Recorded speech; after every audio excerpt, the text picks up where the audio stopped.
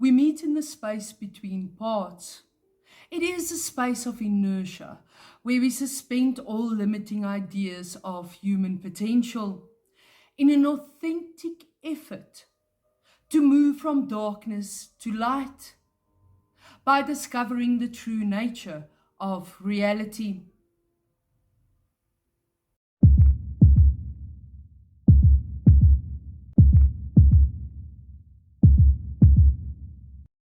Welcome back to the Absolute Reason Mentorship Program, where we are focusing on gender ideology. Today in 12.2, this will be the last part of the program. We will be further focusing and exploring on the 10 conditions to adapt to the perpetual change that is life. These 10 conditions were stipulated by Nikola Tesla, and why we use him is because it is a negative force that we now need to redirect. This is physics we are speaking about.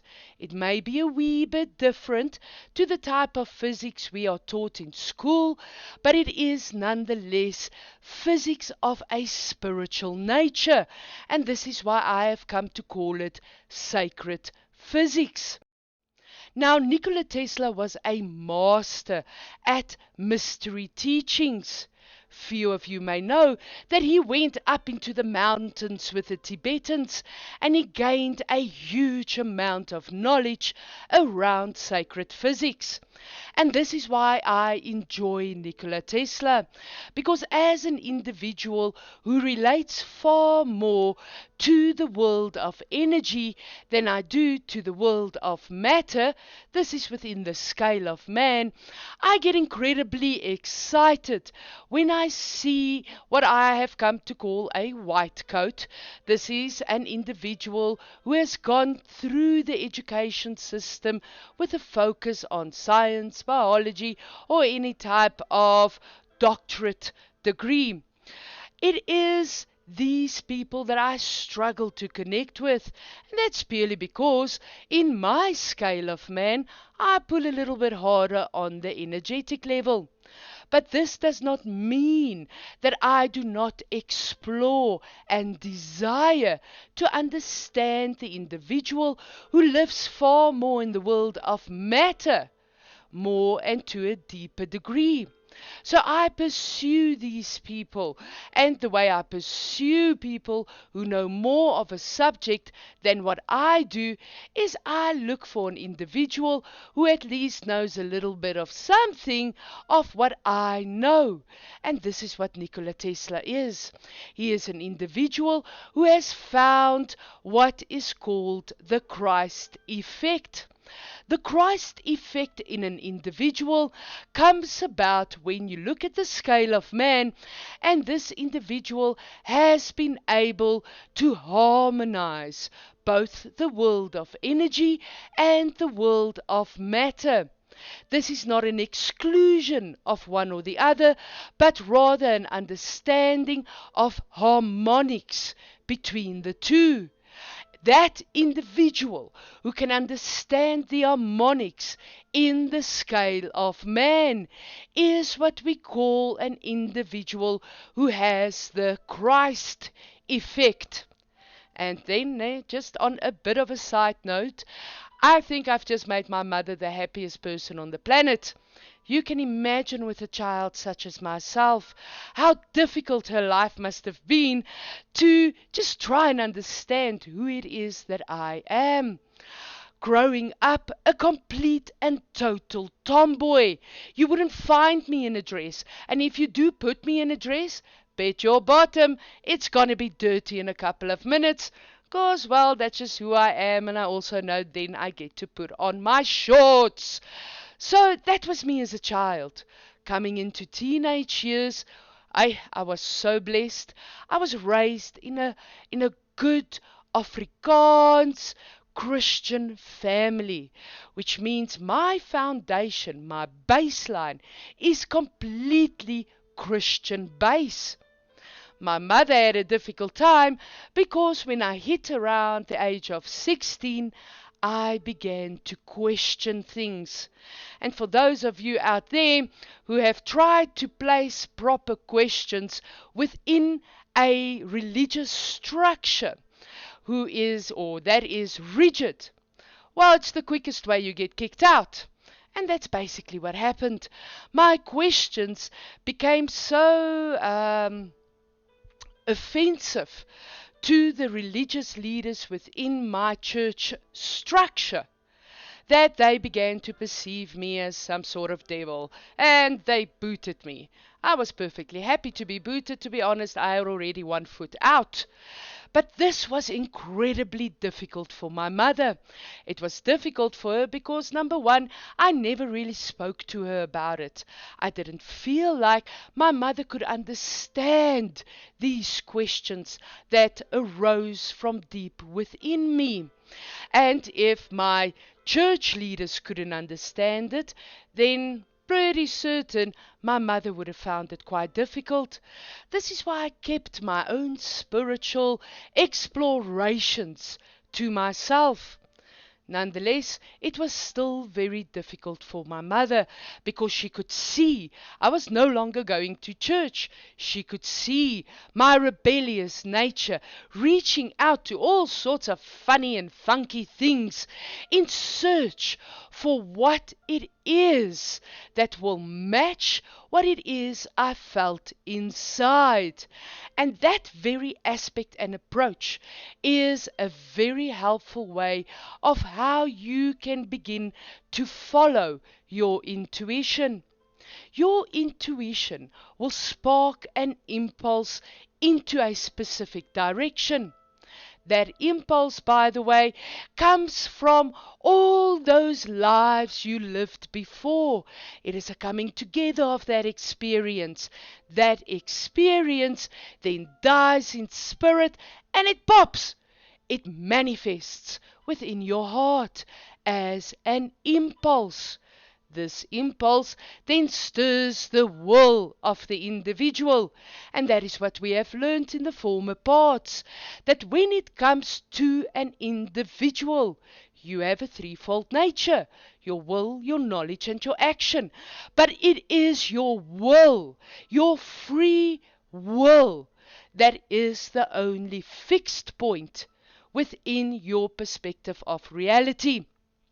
So my mother prayed for me every day. And I must tell you, I am incredibly grateful for that spiritual oomph that my mother gave to me in the background. She prayed for me every day. Not because she said so, but because I know I challenged her enough that that was only a natural conclusion.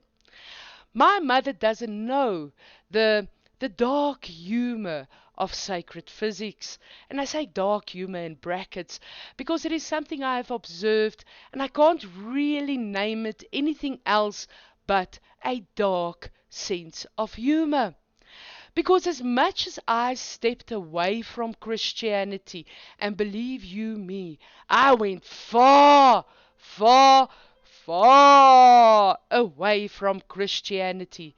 I looked everywhere for the answers I sought.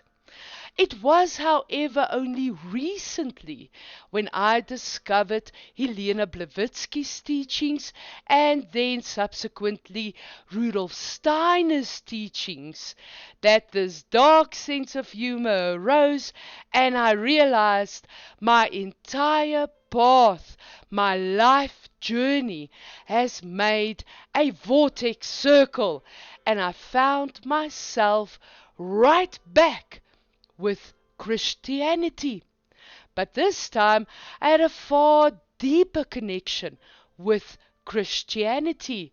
And the reason why my connection with Christianity has deepened is because I have discovered that there is something like the Christian occult. And believe it or not, this is what I have been teaching all along. These are the teachings of Rudolf Steiner. And if I just had just one holy man willing to suspend all that it is he thought he knew and sat down with me when I was 16 years old, who knows what we could have discovered together? We could quite possibly have discovered sacred physics together, the Christian occult together. But no, you didn't want to listen, and you didn't want to even hear my questions. And so all of that opportunity was lost. I was thrown into the abyss. Thankfully, I'm quite courageous and a bit of a space cowboy, a cosmic cowboy. So I didn't mind going into the abyss and exploring. But my point is, not everybody has this stubborn cheekiness that I have, this determination to match the exterior knowledge with what I feel to be true within me.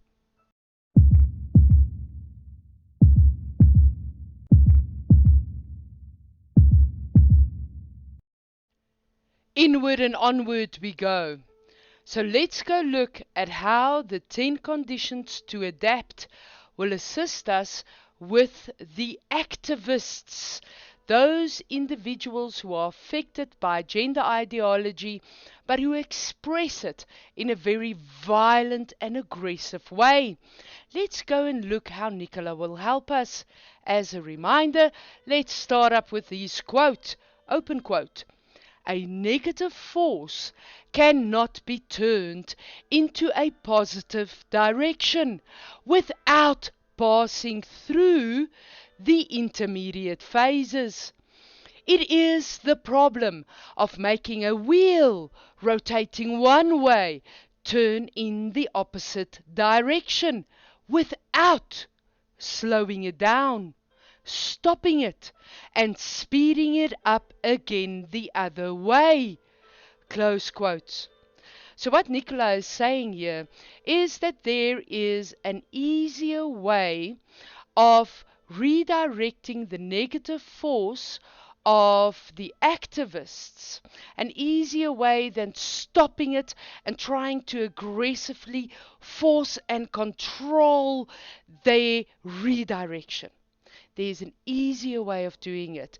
To stop that motion and the momentum from activists within gender ideology will just make you feel like you're pissing in the wind.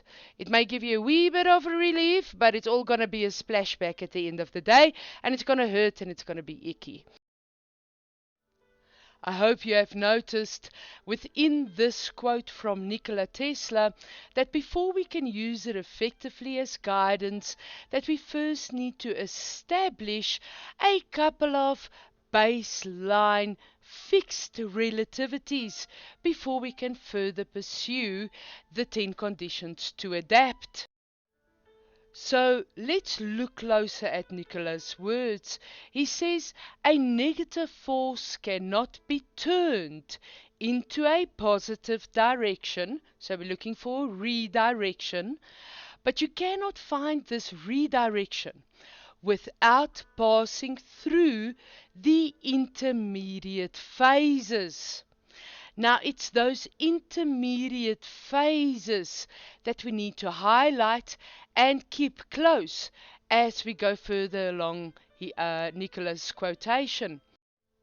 Nikola goes on to say, it is the problem of making a wheel rotating one way turn in the opposite direction without slowing it down.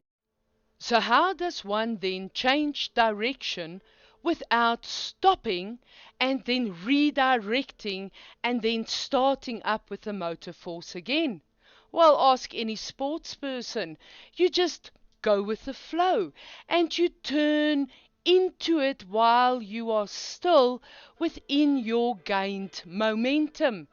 Now, this is why the 10 conditions to adapt and the ability to adapt is so very critical to an individual, and why using this ability to adapt is so critical in reaching our children. The last thing we want to do as parents and guardians is to leave somebody's child. And the activists, they are all somebody's children. We cannot leave them void of a proper system from which they can raise themselves by themselves.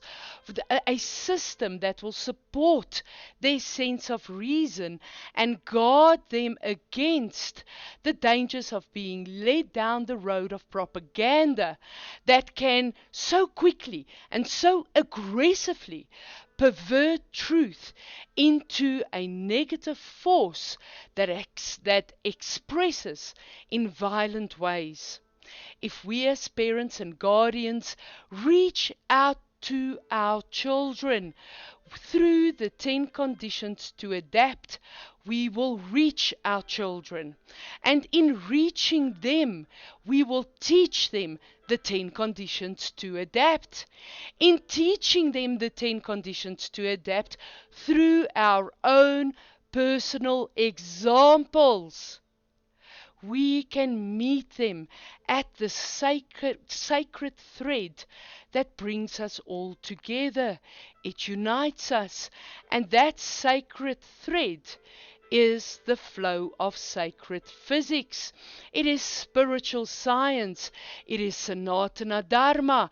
It is the laws, the spiritual laws that bring us all together within the law of one. And this unity is achieved through diversity. So, remember, the activist may not be your child, but it is somebody's child. So let's use our 10 conditions to adapt, and let's reach out to our children.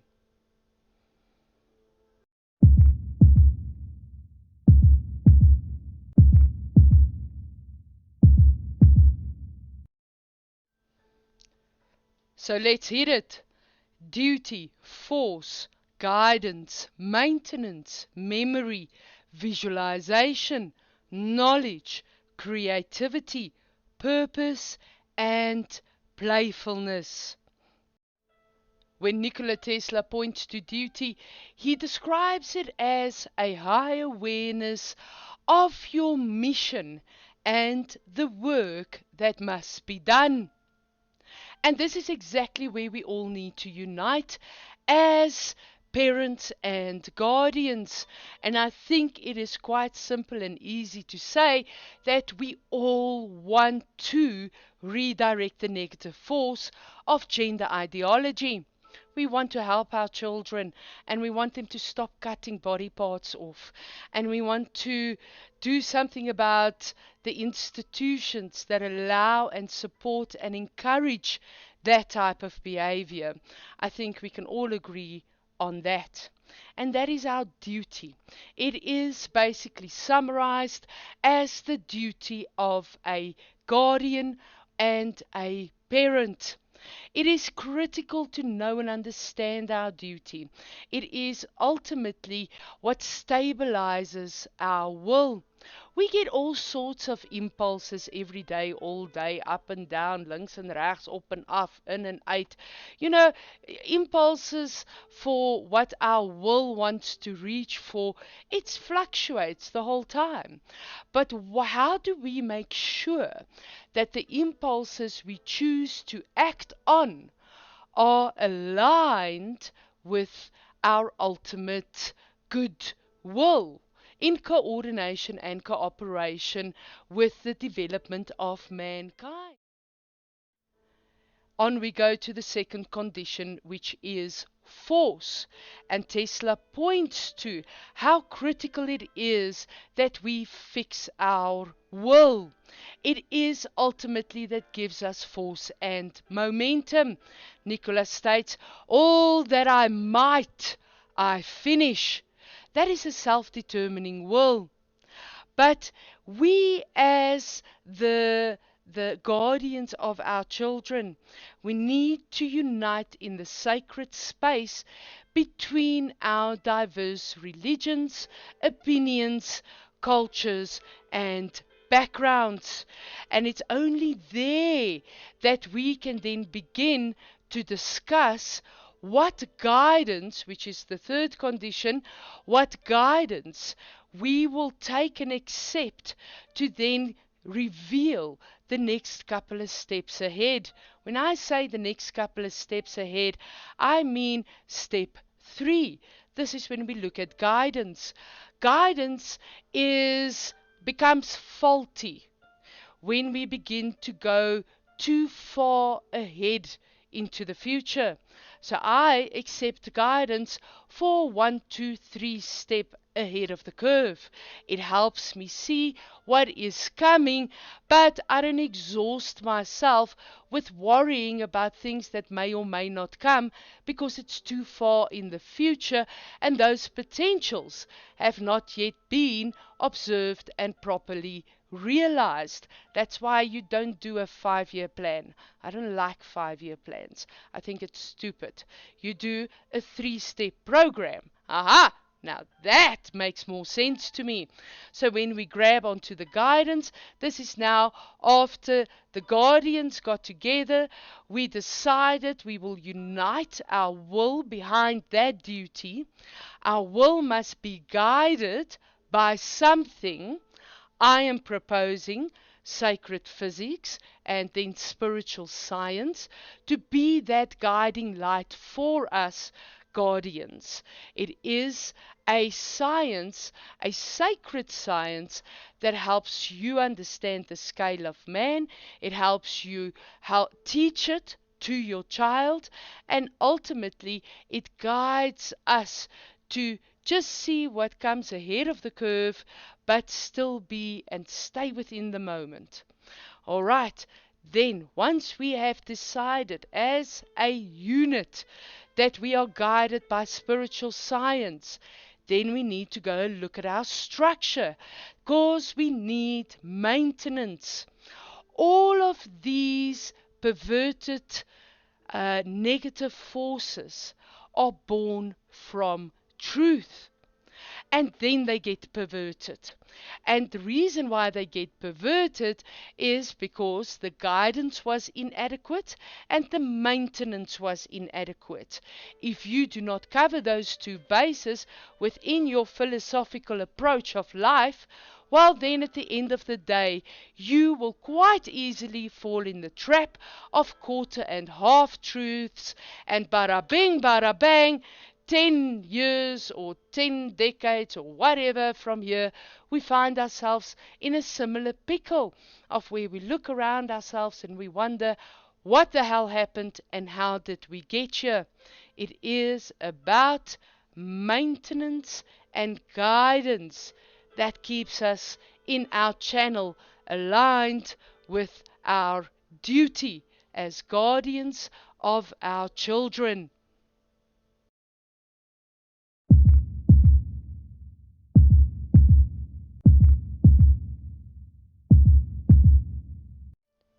So how will we use the condition of memory to reach our children? And I suggest that this is where we as a unit of guardians, whose duty it is to protect our children, if we as that unit gain memory from the old gay and lesbos out there, the old school homosexuals, because it is the old school homosexuals who first felt that impulse that was stirred by truth. that impulse that is stirred by sacred physics, by spiritual science, is the spiritual evolution of man, where we were pressed upon onto our souls to seek a deeper understanding of gender. That is why we as individuals, these are the old school homosexuals, that is why we felt far more fluid between our masculine and feminine aspects. The ancient Hindu texts of the Vedas teach that there is a third type of individual, an individual with a third nature, Tritiya Prakriti, a third nature. This is the individual who feels very fluid between their masculine and feminine aspects, irrelevant of what is in their underwear. We as individuals are quite happy to, as we mature, as a child, all I wanted to do was wear shorts and pants and tackies. But as a 41, 42-year-old woman nearly, I want to wear dresses, and I'm perfectly comfortable in it. In my marriage, we have 2 women. Please stop asking the homosexuals who's the man in the relationship. The whole point of a lesbian relationship is that there is no man in the relationship. I am married to a woman. We both express as females. But bet your bottom, I have masculine aspects. She has masculine aspects. What makes us harmonize and work well as a couple, as a married unit and a coupled force, is the fact that her masculine and feminine aspects and mine push-pull in a harmonious way. It's because her third nature and my third nature, we gel well. It is not because I have a demon in my panty. But if you do look at how that fundamental truth, and yes, I can call it a fundamental truth, because where it is written, those scriptures are so ancient that nothing else that comes after it has pervaded longer than it. So I go to the most ancient knowledge I can find, because what lasts, that is truth. Truth is all pervading. But if you go to half and quarter truths, well, they come and go. And this is why I can state fundamentally that there is a third nature individual. And that is why when it comes to memory, I suggest that we as a unit move into that topic of the third nature and we discover more about it. If we do it all together, we will reach conclusions and observations in a harmonious and in a momentous way, which means we can quicker and sooner reach our children, the activists.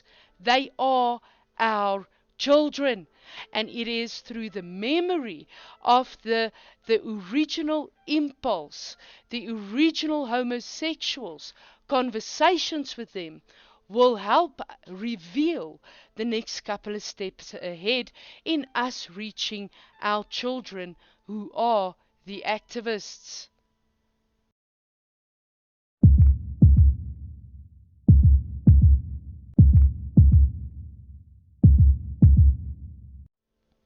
On we go to the my second language, sorry about that. So on the next condition, which is that of visualization. Nikola said, I might have to thank visualization for all I have invented. I will double that quote and say, not necessarily invented. I didn't invent sacred physics. I observed it and I made it pretty and easy for you to understand. But it was through visualization that I could observe it and that I could make it easy for all of us to understand. But that visualization is really well guided with the threefold phrase of search, observe, and verify. Ooh, I can hear all the white coats go, yeah, yeah, that's so sciencey. I absolutely agree with the need for that. We must continuously search for the answers. But remember, before we can search for answers, we need to have good questions. Those good questions will come from the conversations with the old school homosexuals, which we spoke about in the previous condition of memory. Do you see how the one supports the other? It coordinates.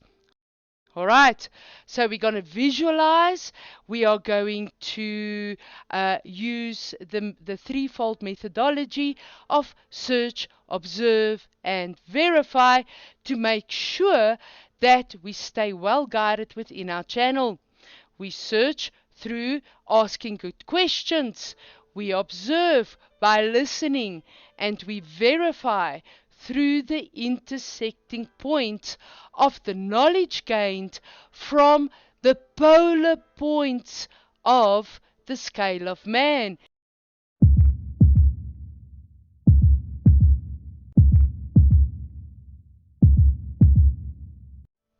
On we go to the next condition, which is number 8, and that is the condition of creativity, where Tesla points to the female, the feminine aspect, as being the aspect of energy, the spiritual power within the individual. You have all wondered why the female is under attack. Well, it is this very aspect. It is the creative force that is feared by those who stand against it. And if you understand that it's the feminine creative force that will ultimately always set humanity apart from things like artificial intelligence. Artificial intelligence can never feel and understand the creative feminine aspect, the impulse that stirs art, that transcends the spheres of being. There is no way artificial intelligence can understand that. But it is that mechanical technology that wants to merge with humanity. This is where transhumanism comes in.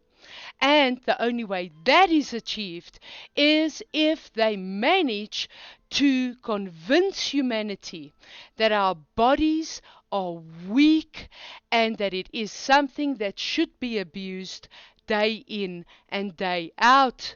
And before you become too judgy of those who cut their tits off, think about how your relationship is with your own human vessel, with your body. How often do you abuse it with bad words, telling it it's too fat or too thin or too big or too small? I don't know. The nonsense and the abusive language that we use on our body and to ourselves is something that must be observed. And that in itself is a negative force.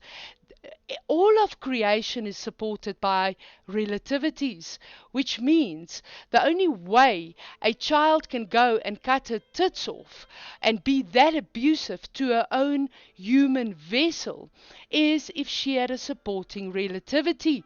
That supporting relativity was in her environment, where she noticed a negative relationship, an abusive relationship that we as humanity have with our bodies. We pump it through full of chemicals, we go on crazy diets, we tell it it's stupid and too weak and too mild all day long, and we don't even think about the fuel and the food that we put into our bodies. You can see why I say I have an entire 12 part program on the human vessel, because how we relate to our bodies is critical to how we relate to the world exterior to our bodies. So we need to understand that we provided relativities for our children from which they then became even more abusive to their bodies. Wait until they start wanting to merge with machines. The only way we can prevent that negative force from manifesting is by an understanding of the feminine creative force and an understanding of how our energy, our spirit, couples with our body of matter. And this is once again achieved through the scale of man. If we as a unit come together and we begin to pursue a deeper understanding of this feminine creative force, we will yet again, through example, show our children how to gain a deeper understanding of who they are and a deeper meaning of what type of force and mojo and brilliance and beauty and divine power is hidden deep within each and every single one of us. We need to show our children through example a curiosity about this creativity that Nikola Tesla points to. If you are creative, you can adapt. Why? Because you become like MacGyver. You use everything within your environment to support you, and you coordinate with everything in your environment. That is creativity. But creativity is directed through purpose. And that purpose is the purpose of humanity. It is different to duty. Duty boils down to the individual. That is why it is fraught with danger to perform another's duty. That comes from the Bhagavad Gita. And it is fraught with danger to perform another's duty because that is an individual definition given to you. But purpose is something that is a unifying field for a group of individuals. Yet again, through diversity.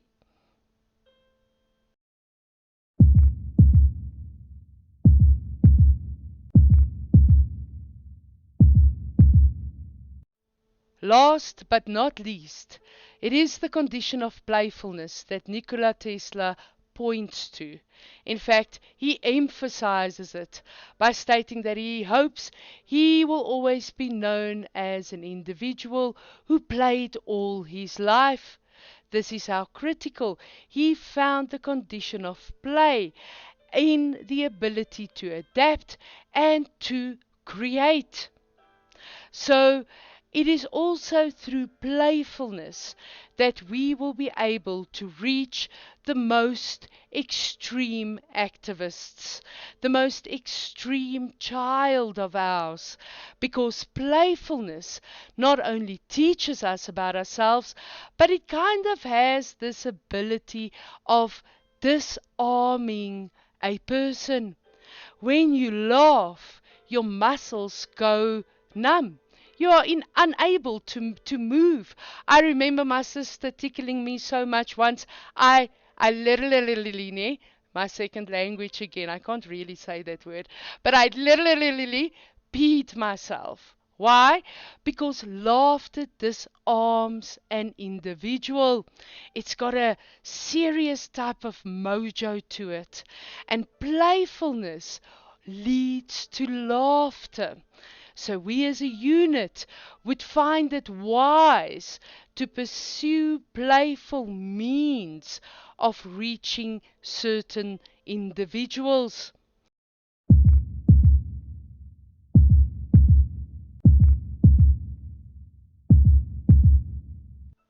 And that's it, folks. That brings me to the end of my 12-part program with a focus on gender ideology. I am under no misimpression that there is so much more to be discussed and explored, but it was never my intention to explore it all through this 12-part program. But it was always my intention to create an opportunity within the sacred space between parts for us as parents and guardians to come together with a unified purpose and duty. I hope I have achieved at least enough to offer you a foundation and a baseline from which you can further explore the true nature of reality and the truth of who you are. This is ultimately my duty as a teacher. My hope as a teacher is that I will receive feedback from you, because it is my hope as a teacher that you will teach me. And it is only through conversation and a coming together of all of our diverse parts within this platform created that you will teach me. And I look forward to that. And until then, and until my next 12-part program, who knows what it will be on?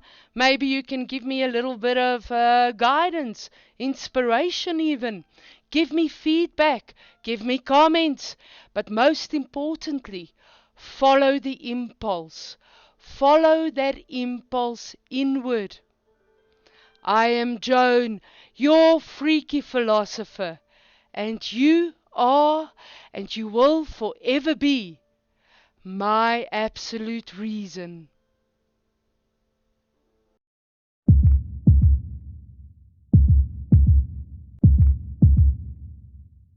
Hey, my name is Tamika Walji. Thank you to the Portfolio Committee on Basic Education for the opportunity for me to make this contribution. I oppose Clause 37, Section 51 of the Bella Bill. As a student, I believe that my voice must be heard on topics related to my education. I've been homeschooled for the last 4 years to date. If this bill is passed, my parents will have no control over the stuff that I learn at school, and even if I am homeschooled, my parents will still have to teach me what the government wants them to. This is wrong because we all have the freedom to education that is not controlled by someone in an office far away. Some person in government will be able to control everything I do while I'm being homeschooled. My parents will have no say in what I'm being taught. This does not respect my privacy or my parents' freedom to teach me. By passing this bill, the role of my parents in life and education will be undermined. It is only right that my parents should have a bigger say over my life and education because they are the ones who look after me. They are my support system and they provide me with the tools to help me grow into all that I can be. I also oppose Clause 41 of the Bella Bill, in terms of which I will be forced to learn about sex and gender. I shouldn't have to learn about sex and gender in the school environment.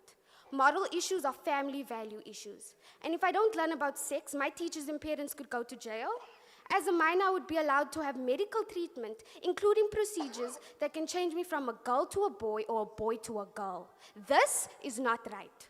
Through this bill, government wants to replace my parents and their right to educate me and raise me in terms of our shared family values. Government wants to cut the legs out from under my parents, and yet in my everyday life, it is my parents who are there for me, not government. I do not give the Minister of Basic Education the right to replace my parents' authority in my life. Ministers come and go, but my parents are irreplaceable. The minister seeks this power over me today, but the minister does not even know my name. But my parents are my custodians. They've been there since before my beginning. They are still here for me. Where's the minister? Where will the minister or school teachers be in the middle of the night if I or my peers have an adverse reaction to medical procedures we received at school without our parents' knowledge? Will the minister or any teacher be there when we need to be rushed to hospital? And can we cry to the minister when we are in trouble? And will the minister help us better than our parents can? This bill wants to instigate us, children, to undermine our parents. That is not right. I reject this bill in its entirety.